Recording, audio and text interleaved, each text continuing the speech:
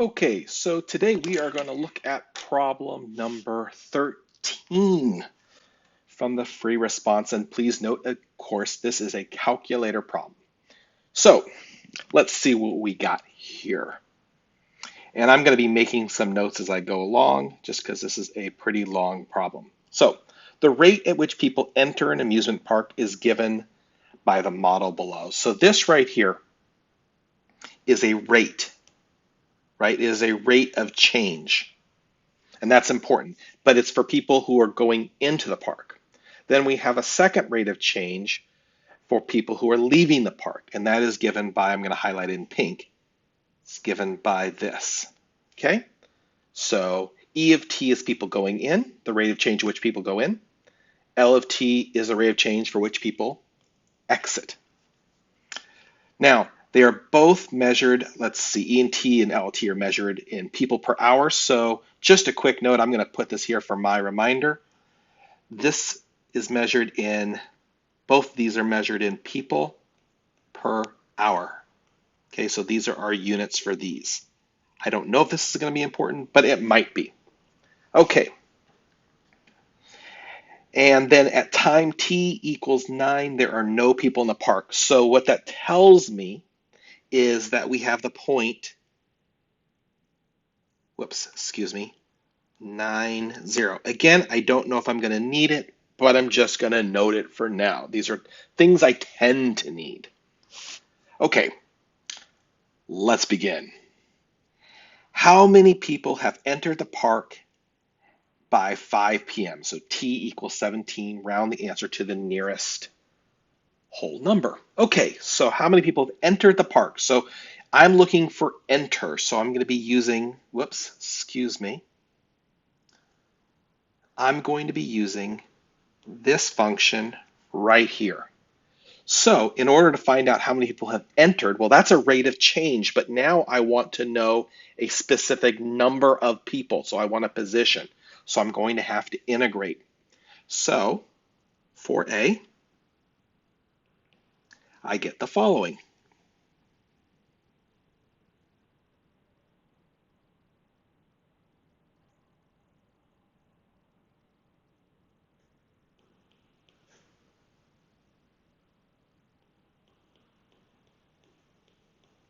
Okay, so this is going to give me, just to make sure that we understand what's going on here, this gives me the change in the number of people from time 9 to time 17, right? It gives me the, it's not really, it's the displacement. Okay, it gives me the displacement of people from time 9 to time 17. So we know at time 9 there were 0 people, right? And so what we're going to do is we're going to say, okay, from when there was, from time 9 to time 17, how many people entered? That's what this gives us. Okay, from here on out, it is a calculator question. Okay, now in terms of what you need to show, you do not need to show this. So I'm going to put this in red. Okay, this is what I'm plugging into my calculator, but I don't need to actually show this piece. Okay, so from time 9 to 17, and our function is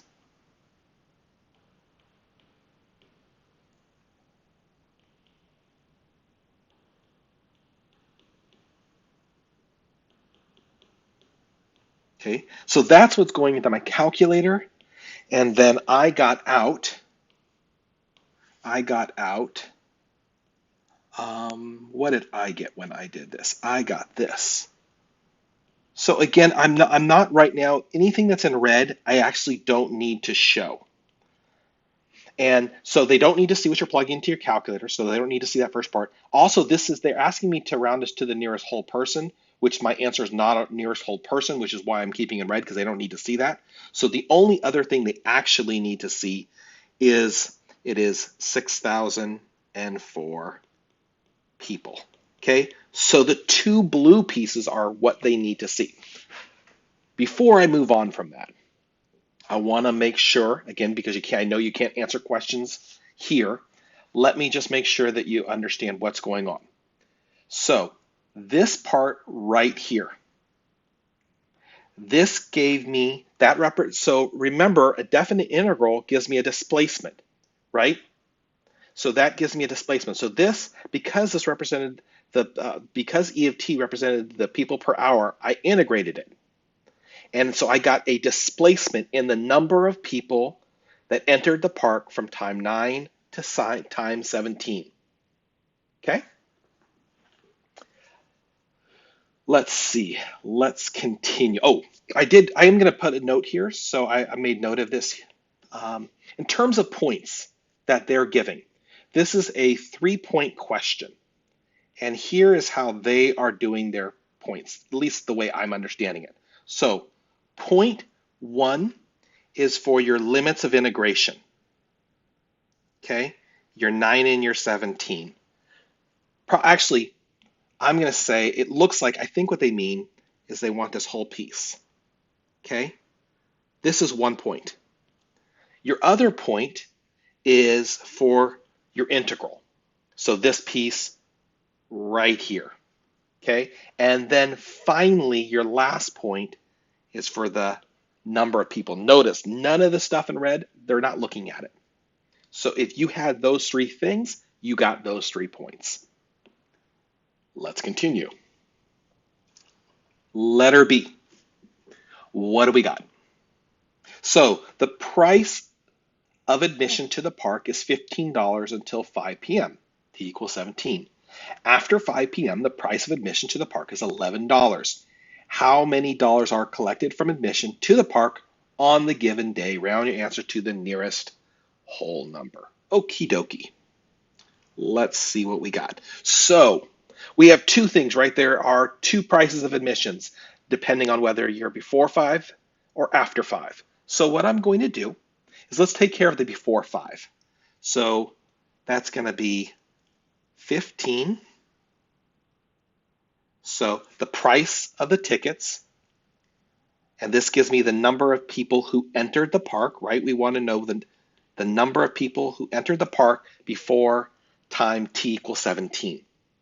Okay, so I take the number of people who entered the park before t equals 17, multiply that by 15. That will give me the total cost for that period of time. Then I'm going to add to that, it was $11, and we're going to go from time 17 till the park closes, which was time 23 of E of t dt.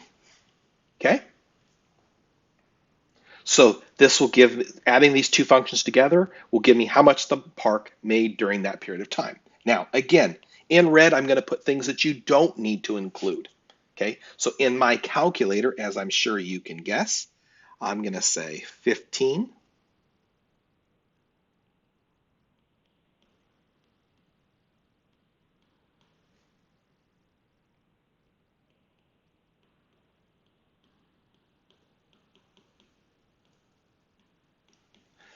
plus 11 times that same integral.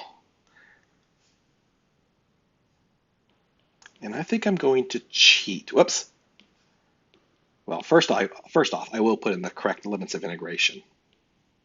But I am going to cheat, and I'm going to grab this, just to be slightly lazy.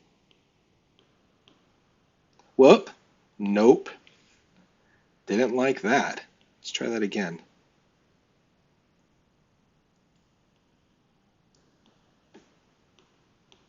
There we go. Okay, so I plug this into my calculator, and again, I'm going to get, so I'm going to do this in red because I'm going out to a couple decimal places. I got 104,048 and some fractions of pennies. Okay?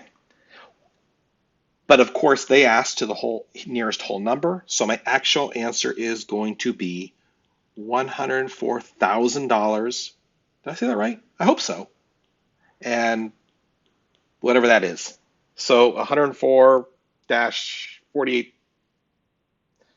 However you say that number. Why can't I say that number? $104,048. Okay, there, I said it. Okay, so again, that's what they're doing here. In this case, which was kind of interesting, and know quite why they did this. They gave, this is a 1 point question and it is only for this. I don't know, it seemed a little weird to me that they didn't give a point for the actual answer, but they didn't. They base it just on that setup. So that's what they gave it on. Okay, let's move on to letter C. Letter C. So let h of t equal 9 to t of that function from time 9 to 23. The value of h of 17 to the nearest whole number is 3,725. Find the value of h prime of 17 and explain the meaning of both of those two things in the context of the park. Okay, I am just going to start, I'm going to focus right now on just the h prime of 17. I'm going to answer everything about h prime of 17, and then I'll move on to h of 17. Okay, so let's see what we got.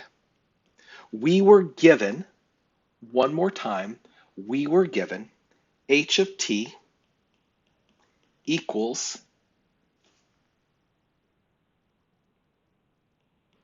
this stuff.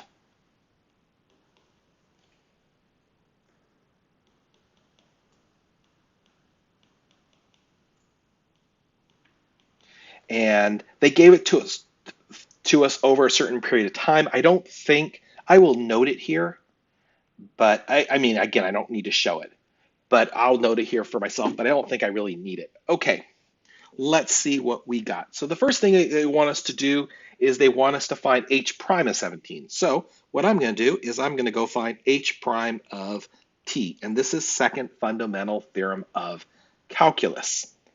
So h prime of t is going to be equal to e of t minus L of t. I'm then going to evaluate that at 17, so I get h prime of 17 equals e of 17 minus L of 17. So far, in terms of the things that I need to show, I actually don't, this piece right here, I think you'd agree, I don't need to show this. So I'm going to put this in red. That's not something they need to see. The blue part, yes, they need to see that. They need to see what you did. So what did you do? You took the derivative of the function, then you evaluated at 17. And then finally, again, I'll do this in red, I'm going to evaluate this function. So I'm going to get, and again, you don't need to show this part. I think I need a little room here.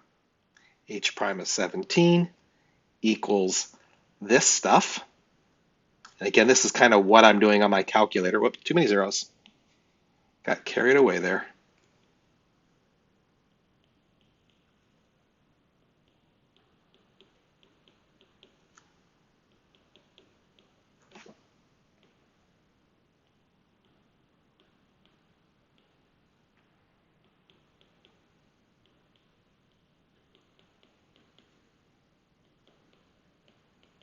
So that's what we've got. And then we get, once we plug this into our calculator, they didn't, okay, so this is a little weird.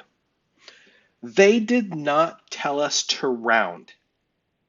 They did not tell us to round. So I didn't. Let me just make sure one more time. To the nearest, so let that equal to the nearest whole number is 3,725. Find h prime of 17, explain the meaning. So again, they didn't ask us to round this number, so I chose not to. So I got, when I plugged this into my calculator, I got this, negative 380.281, and our units are people per hour. Not that they asked for that. They didn't ask for the people. They did, but not quite yet. So again, that's what I got. They did end up, when they went through and did this, they did round that number. Now I'm assuming because they didn't ask it to be rounded, I think I would have kept it as this. I would have negative 3.8, 380.281. I would have kept it that way because they never did ask for a rounding. So they accepted the rounded answer, but I feel like that was I feel like that was bad instructions. I think they should have said, hey, round your answer to the nearest whatever. I think the reason they didn't ask it is because they would have given too much away. How would they say that, right? Round it to the nearest people per hour. Well, if I tell you that, then you know what the units are, and that's too much information. So I guess I understand why they didn't, but I feel like they should have said round your answer to the nearest whole number. In that way, they could have gotten around it. But again, because they did not, I'm going to use the number that I got. So, sorry, that was a side tangent, but I just wanted you to recognize that I felt there was an issue there. So let's go through and answer what this means. So what does this tell me? This tells me that at time t equals 17, it's really important that I give this specific thing. So I can't just say h prime, equals this. At time t equals 17,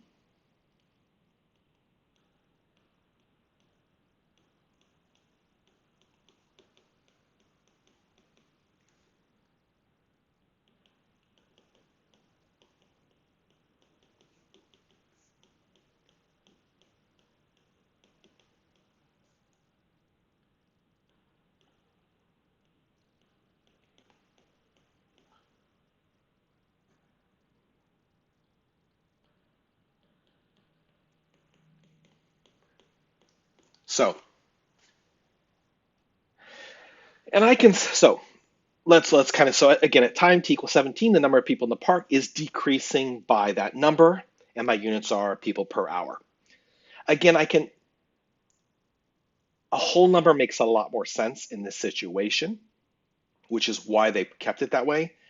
But I do feel because the instructions were vague, that I would have to assume that they would have accepted this because they didn't ask to round. In terms of things that they were looking for, so if you look at actually what they were specifically looking for, they were looking for this. One, they were looking for, they were looking for this. So this line right here, specifically, actually, let me highlight that, They were looking for this line specifically. And then they were also looking for your explanation. When I look at the explanation, here's the things that I'm looking for. And this is, so that was one point. This is another point. I'm looking for your t equals 17, and then your number, the decreasing, your number, and your units. Okay? So one more time, just to make sure that that's clear. In your explanation, I want a specific t value, t equals 17. I want you to tell me direction. So increasing, decreasing. In this case, it's decreasing. And then that magnitude, what is it? 380.281 people per hour. That's what I'm looking for. They gave 2 points, and their 2 points were, well, basically, let me make sure I'm doing that right. I might be slightly off on their points. Let me check one more time. So they gave 2 points, and let me kind of go through the points. So they gave a point for the meaning. So this meaning right here, where it's decreasing at 380.281 people per hour. They gave for both the H prime of 17 and the H of 17, that you evaluated 17. If you didn't mention the 17 in either piece, you lost a point. Okay, so I will kind of review that after I do that, just to make sure that makes sense. So let's answer the last piece of the question. The last question: what does H of 17 represent? And so what I have,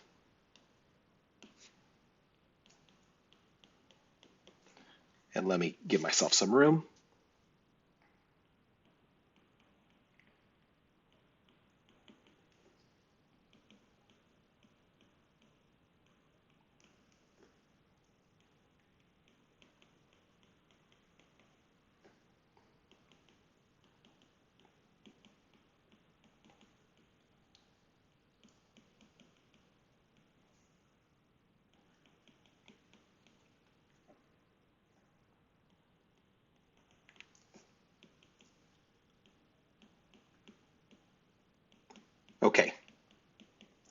So let's back up just a second here. So again, what does H of 17 represent? It represents the number of people in the park at time 17, right? Because remember, there's people coming in, there's people leaving. But at time 17, if you were to take a snapshot, right, and count the number of people in the park, this would be it, 3,725. So again, here's what they are looking for in terms of their grading, okay?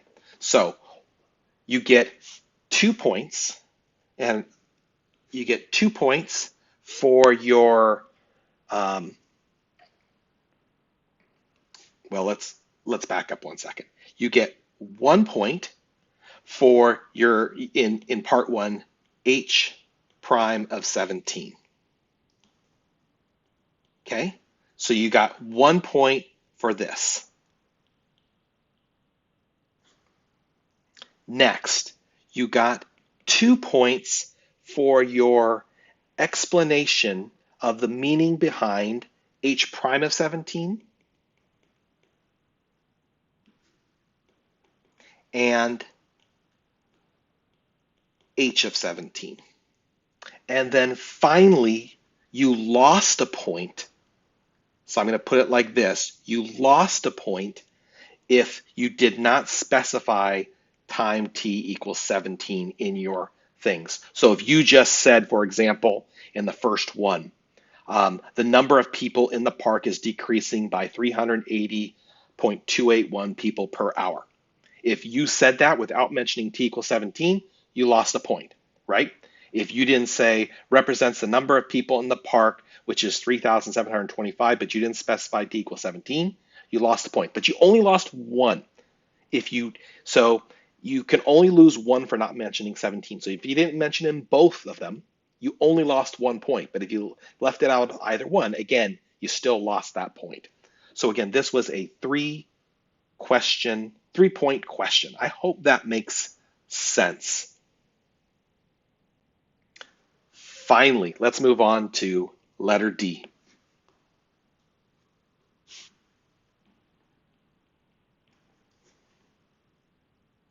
So, at what time from 9 to 23 does the model predict that the number of people in the park is a maximum? So they're talking about the model that they gave us in part C. So in other words, I'm just going to kind of, because I don't have it in front of me here, let's kind of rewrite down what we said here. So the model that they gave us was H of t equals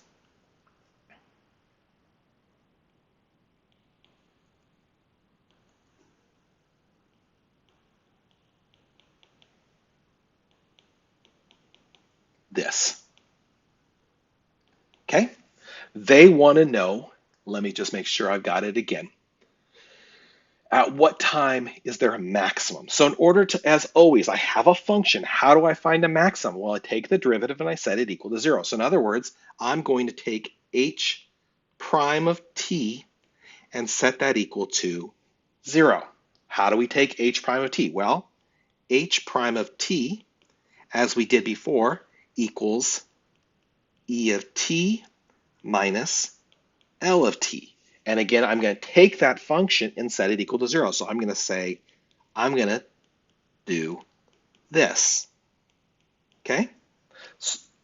In my calculator, as you can probably guess, what I'm going to do is I'm going to do the following. Well, actually, I shouldn't say that. So I'm going to solve this using my calculator. Let's phrase it that way. I'm going to solve this.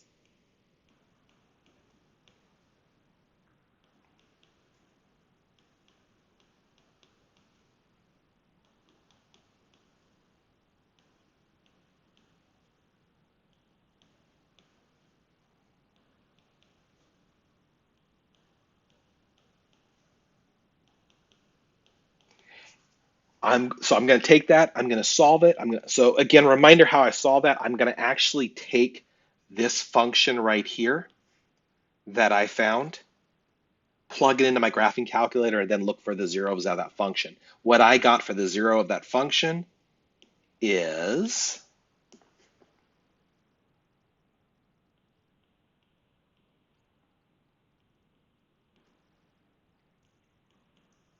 Now, what I think is weird here, and I don't know why, they did this. They should have said justify because there's only one critical number. So I could list it, but I don't have to explain that it's a minimum or maximum. So, I mean, because they never asked for a justification, it seems a little weird to me because I feel like a lot of students would just list that number without actually even checking whether it actually is a maximum. So I'm going to take this through and pretend for a second that they did ask for you to justify it. So if I were asked to justify it, for myself, the first thing I do is I might make a quick sign chart with that critical number right there.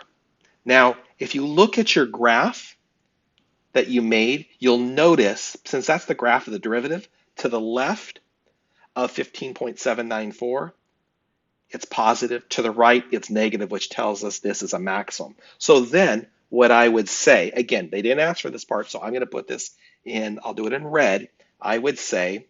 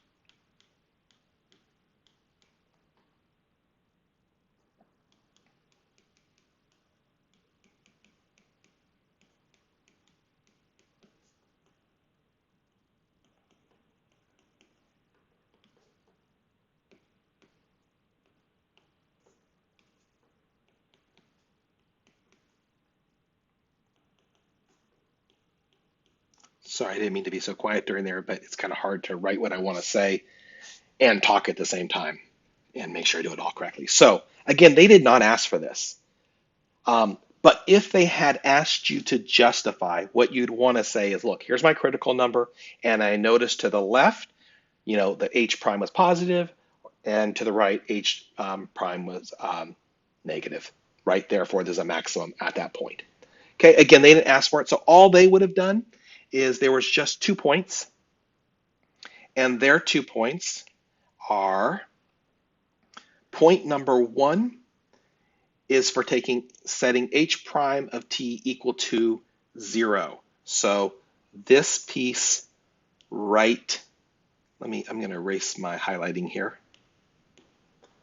So this is 1 point, and then the second point was this. That's it. Those are your 2 points. Like I said, if you had been asked to justify it, you would have had to include that. Okay, that is problem number. What problem is that? Whoops, went too far there. What problem was that? That was problem number 13. Okay, again, I will be available on Wednesday. Well, it depends on your class period. So either I will be available. You can look at your Google Classroom to see the times I'll be available to answer questions. I will be answering questions regarding 13 and the other one that I'm assigning. I don't remember the number right offhand, but I will be available during those times to answer questions. I do want to remind you, it's a Zoom meeting. It's not going to be in Discord this time. You don't have to attend. If you want to ask questions, if you want clarification, please feel free to attend. But otherwise, if you got everything you need through the YouTube video and my explanation here, then don't attend. That's completely up to you. If you are available, if it's easier for you to attend another period. So again, I do this. I have both period 1 and period 4 are my calculus ones. If it is easier for you to attend and you are not scheduled for another class, you have to not be scheduled for another class for one of their what's called synchronous activities. But if you are free during the time and it'd be easier for you to attend at another time, you are more than welcome to do that. But I'm going to have to probably, actually, I don't think I have to send you a Zoom link because I think I've already included. Okay? Again, I thank you for your time and watching this video. You do not need to like, comment, or subscribe. I'm just doing this for you, okay? Anyway, sorry, dad joke. Anyway, I will talk to you all later.